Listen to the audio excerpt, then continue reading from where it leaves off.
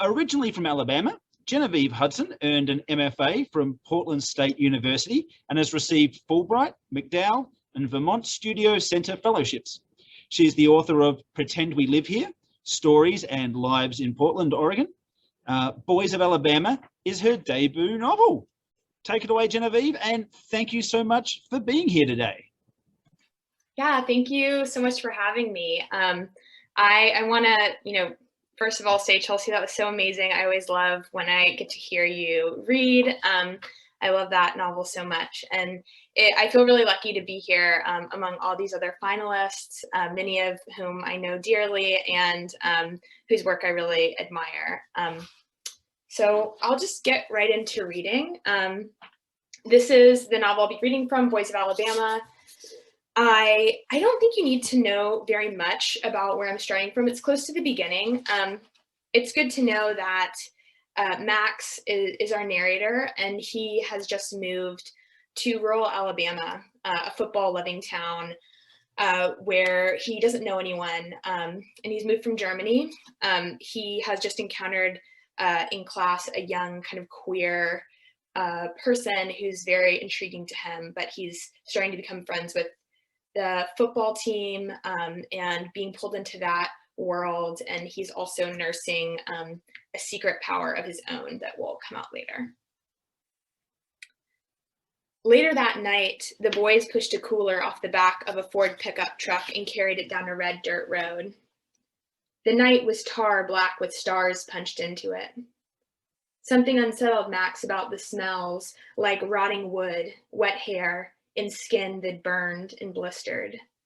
He tasted mud on the roof of his mouth. There was a strand of grass in his molars. Davis said, feels like we're walking on a dog's tongue, all teeth and heat and sweat.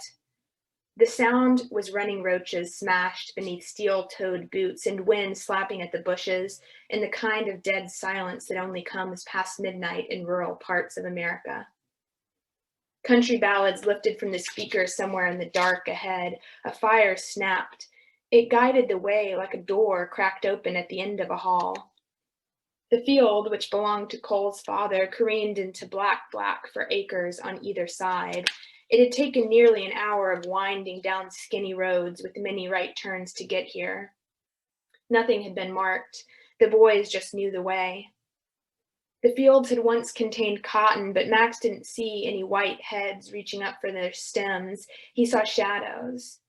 He saw his hand only when it was right in front of his face. The land was undressed by all the darkness, like it'd been stripped down, like it'd been left to go wild. The boy Max rode with said, "Where are the ladies at?" Max thought girls would be at the patch of bald earth that'd been trodden down into something worn and grassless for socializing, for late-night whatevers. A pit for fire had about a dozen boys from the team circled around it. No girls, a few logs, a shed with a broken window. The same song from the barbecue was still on. Or was it a different song? The chords were so full of longing, Max felt like he was right beside the girl singing about her sexy man and his tractors and his fishing lines and his big red dogs. A boy named Price put his elbow on Max's shoulder, leaned in so he could whisper. The bill of his dirty cap edged into Max's forehead. Price said through his stutter, "Looks like someone brought the goddamn witch." Max's eyes found an image on the other side of the fire, the shock of Pan and his fishnets. Pan's legs were crossed at the knees. He sat on the back of the four-wheeler next to Lorne, whose hair was orange as the flames.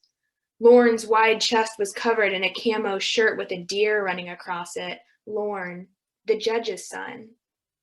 He was a sluggish and muscled boy who seemed to have as much personality as a blade of sun-dead grass. Nothing like his sinewy father, who Max had seen on the sideline of football practice, clapping, whistling. When Lorne had joined his father near the water cooler, Max had watched them huddle and what he had come to recognize as prayer. Hands clasped to shoulders, heads bowed. Lorne prodded Pan with his hooded eyes. His lips opened and closed, and something Max recognized as hunger. Lorne was quiet and cagey any time Max had been around him, but that night he seemed to have a lot to say to Pan. Pan stroked his tuft of coal-colored hair as he listened to Lorne, nodding. Pan's back was ramrod straight, and he moved from his core with an elegance that seemed acquired from other worlds, movies maybe, or books on dancing. Max wondered if he was a dancer. He pictured him spinning in the middle of an empty room with 4 beautiful white walls. He might leap into the air and land spinning, or land in a split or on the tips of his toes. Max thought Pan would look beautiful in a room with 4 white walls because his features were so drawn and heavy. There was something in them that sprung out like they were shouting the word, "Look."